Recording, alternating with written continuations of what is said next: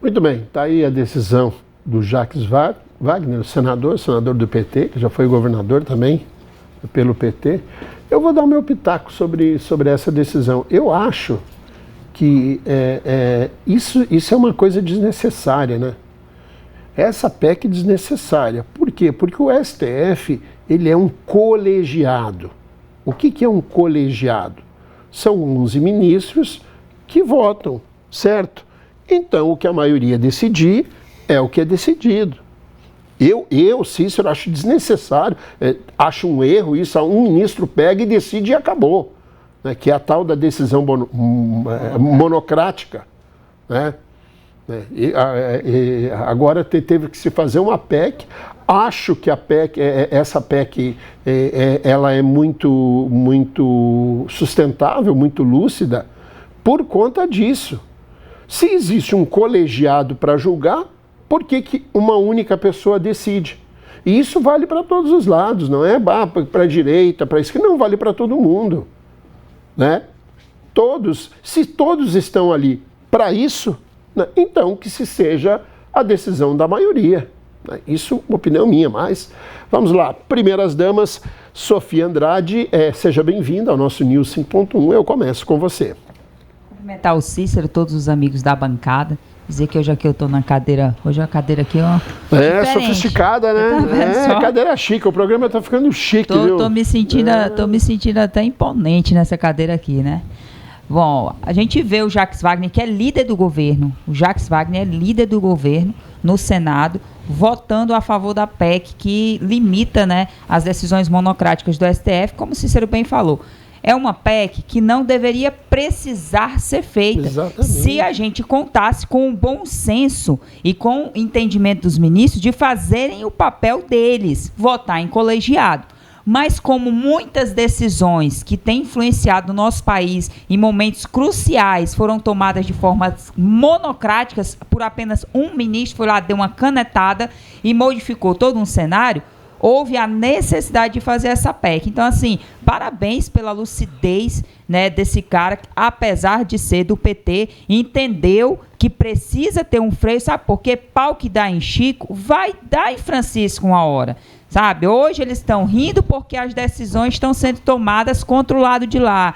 Mas eles sabem, principalmente esse cara como esse Jacques Wagner, que é muito antigo na política, que uma hora o mal vai se virar contra eles. Então, isso precisa ter um freio. Então, parabéns pela aprovação da PEC, mas, infelizmente, a gente já ouve Arthur Lira dizer que aí, né, na Câmara dos Senados vai provavelmente caducar a PEC lá, até que haja alguma conversa dentro da Câmara dos Deputados. Então, eu espero que seja aprovada para o bem do Brasil e da democracia, e não é daquela da democracia com aspas, como o Lula gosta, tá? Independente também, né, pontuando também, Sofia, que uma decisão monocrática, ela trava um tema, né, e dependendo do que é esse tema, do que é esse assunto,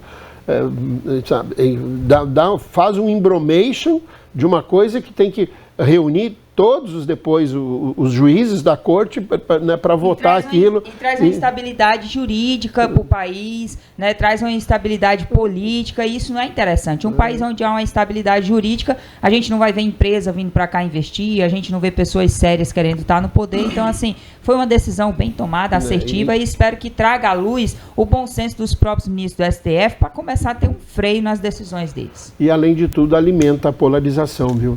Seja para a direita, seja para a esquerda. Alimenta a polarização. Moisés Cruz, seja bem-vindo ao nosso News 5.1, sua vez. Olá, meus amigos. Ricardo Frota, meus cumprimentos, meu irmão. E em nome da Sofia, eu cumprimento a todos da bancada, né? Já pediram para a gente não se alongar muito nos cumprimentos. E a todos vocês, que eu já costumei chamar de Nação Rema, sejam todos muito bem-vindos, participem e mandem as suas mensagens.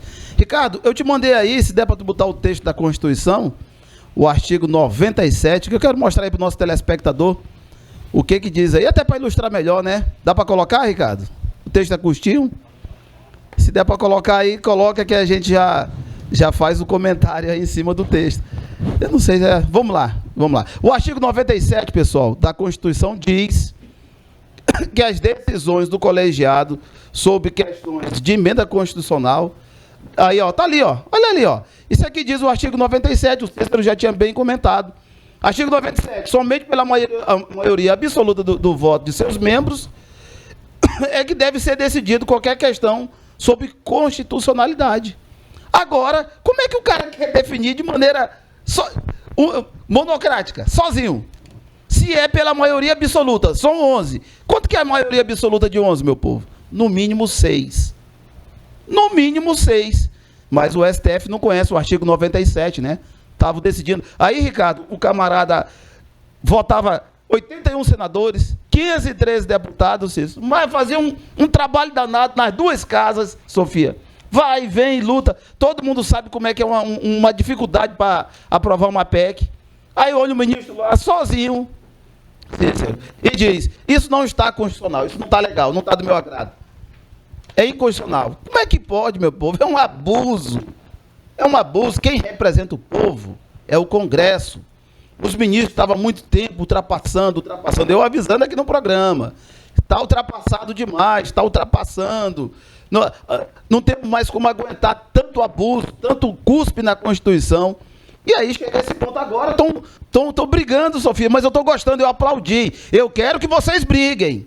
Quanto mais vocês brigam, melhor para o povo. Agora, eu vi aquela jornalista da CNN, esqueço o nome daquela lourinha, ela dizendo, o Barroso está profundamente decepcionado com o Pacheco. Ah, é? Então antes vocês estavam assim, né? Assim quanto o povo, né? Então é bom que vocês briguem mesmo. Aí disseram, nós fizemos de tudo pelo Lula e agora levamos uma facada nas costas. E o povo estava recebendo o quê nos peitos? Uma bazuca? Porque vocês estavam ignorando o povo, matando nos peitos um para o outro, vocês tudo se coligando. E o povo ganhou o que com isso? Em que melhorou nossa vida? Qual foi o projeto que o STF aprovou em favor do povo? Qual foi a segurança jurídica? Meu microfone não está legal? Ah, tá, mais em cima, então tá certo. Então, é isso, essa amizade entre STF e Legislativo e o Senado foi bom em quê para nós? Não, nós aprovamos uma lei aqui que melhorou isso, melhorou aquilo, melhorou a vida do brasileiro, na economia, na segurança jurídica, no marco temporal, em quê? Em nada, você estava legislando sobre tudo e só dificultando a vida do povo brasileiro. Parabéns ao Senado. Muito bem, Arnaldo Lourenço, seja bem-vindo ao Unice 5.1, a sua vez de comentar. Cumprimentar todos os cabeças brancas da cidade, né? Cumprimento e as cabeças brancas também, e as. Cumprimentar a nossa bancada, Cícero, Moisés, Ricardo. Obrigado. E em nome de todas as mulheres, nossa amiga comentarista política Sofia. Eu acho que quando mexe com as emoções, mascara a razão. Isso para mim não passa de um jogo de cena, de dois poderes que estavam aniquilados a nível popular, combinaram para fazer algo que desse uma conotação de que diminuiria poder de um, aumentaria poder de outro, para evitar aquilo que se estava falando em pedido de impeachment de A de B. A configurar dessa forma, está provado que o Legislativo, o Congresso, pode dar um impeachment a qualquer hora, em qualquer ministro.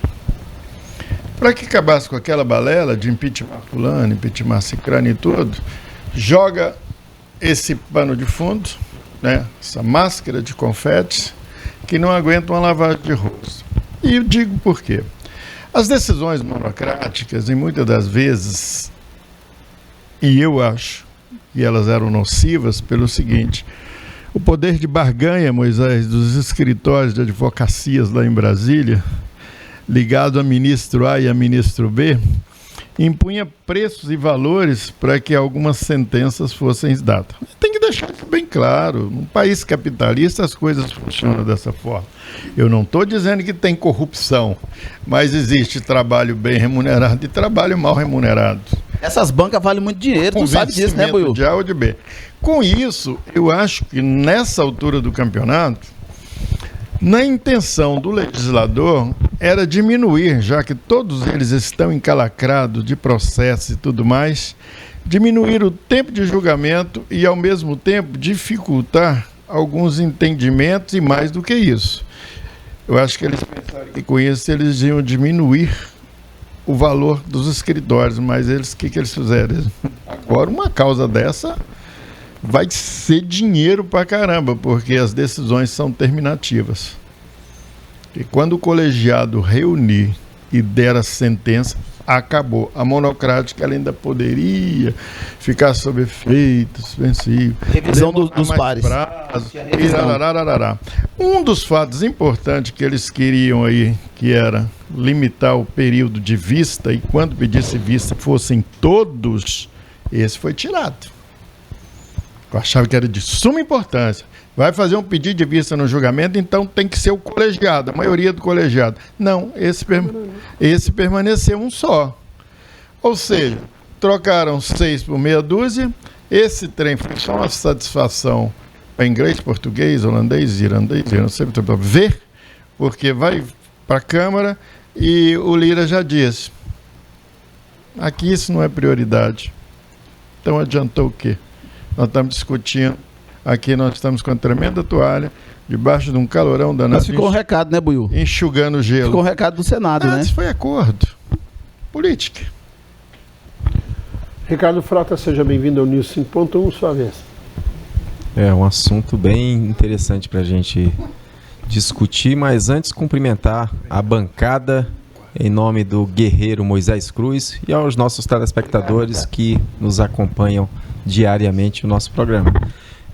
Primeiro tem que ficar uma coisa muito clara, que a PEC é muito clara, ela fala em limitar, ela não fala em extinguir, ela não fala em acabar, ela fala em limitar. Então essa questão de decisões monocráticas vai continuar. Essa limitação é em relação aos outros poderes, é em relação ao executivo e ao legislativo. Não é essas decisões aí que a gente vê, como o do 8 de janeiro, isso vai continuar. Isso não vai acabar.